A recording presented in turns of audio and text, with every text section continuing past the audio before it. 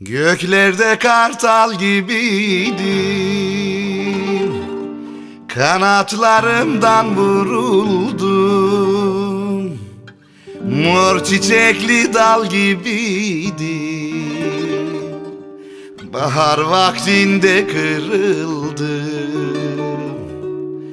Mor çiçekli dal gibiydim,